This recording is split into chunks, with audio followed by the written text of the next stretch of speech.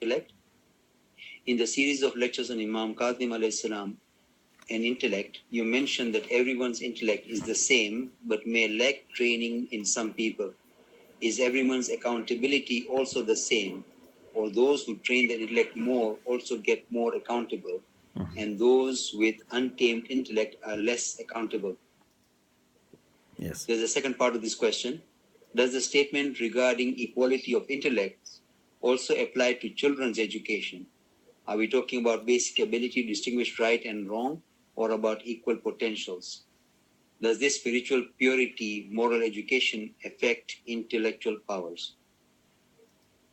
It's very, very good question. Very good question. What I mean by everyone being given intellect and intellect is equal, if I have said it's equal, it means this, that intellect is functioning in the same way in everyone. It's not that some people have intellect, some people don't have intellect. We are talking about normal people, not about people who are mad. All people, young, old, Eastern, Western, men, women, this generation, previous generation, next generation, all have intellect. Plus, intellect leads to the same conclusion in all people.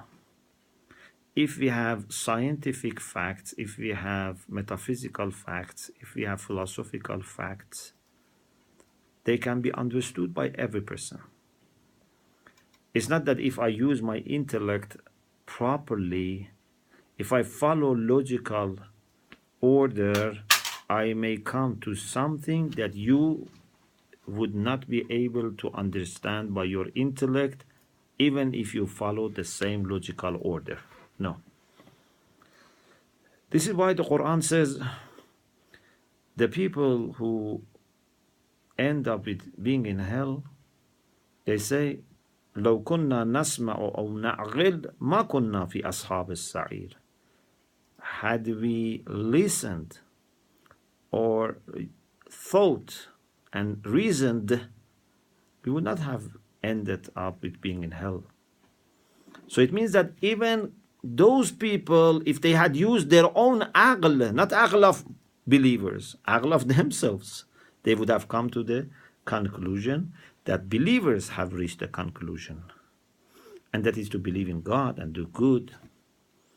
So every human being has been given a hujjah by Allah subhanahu wa ta'ala in aql, as in we have in Revelation, but we have also aql. Inna lillahi ta'ala ala nas hujjatain, hujjatan zahira, وهي الأنبياء والرسل والأئمة وحجة باطنة وهي العقل.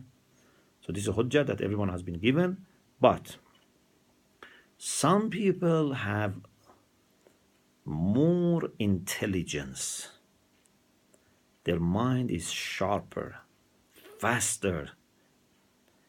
So expectation then from them is also higher. So it's not that we have intellect and we have, for example, people who have no intellect, or we have intellect that makes this judgment and another intellect is made and built in the way that makes opposite judgment. So you have to have two or more types of mathematics, two or more types of physics, or two or more types of chemistry, two or more types of metaphysics, because people are given different intellects. No. But some people have higher capacity, because either they have trained their intellect more, they have used their intellect more, or because of, maybe some genetic reasons, maybe because of food, maybe because of environment, because of the games. So it's possible that someone is sharper, is faster, is more intelligent, but in the end of the day, even those who are less intelligent, if they take their time, but they continue and they are not giving up, they would understand. They would come to the same conclusion. And it is true that we have in also hadith that Allah subhanahu wa ta'ala rewards and punishes according to the people's intellectual capacity. And if someone lacks completely, like mad people, they have no responsibility. If someone has and has lesser, intellectual abilities. So expectations are also reduced.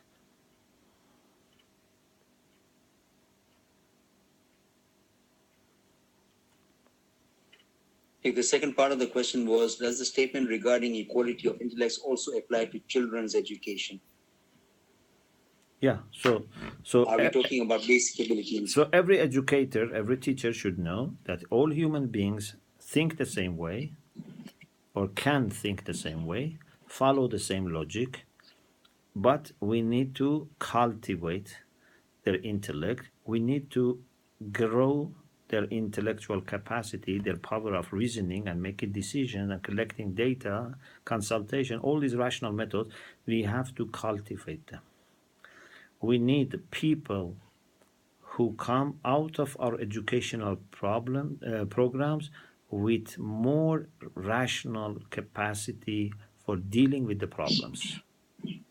So this is why in the lectures I had on Islamic education, or before, about how to enhance spirituality in madrasa, I have been emphasizing that we need to aim at having students who are ulul albab, people of thought, people of thinking.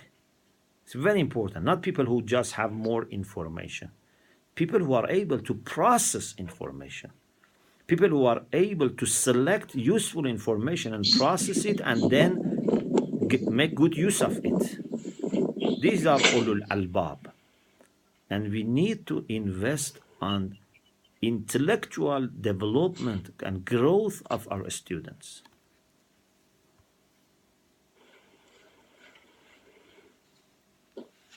Somewhere in your answer, Sheikh, you have included the third part of the question, but I just wanted to make sure that it is covered also.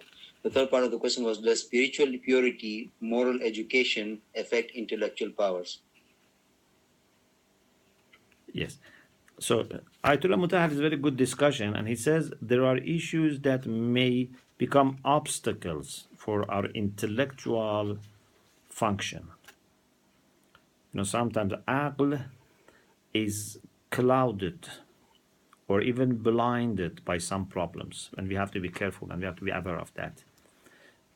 People who go after lower desires, after their instant pleasure and satisfaction, people who go after fashion, after celebrities, people who want something to be always quick and fast and easy, are not ready to sacrifice their comfort, are not ready to undertake big decisions and great responsibilities.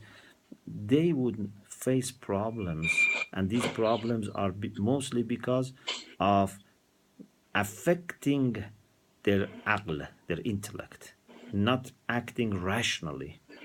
So we have to be very, very much careful about anything that may become an obstacle or a kind of barrier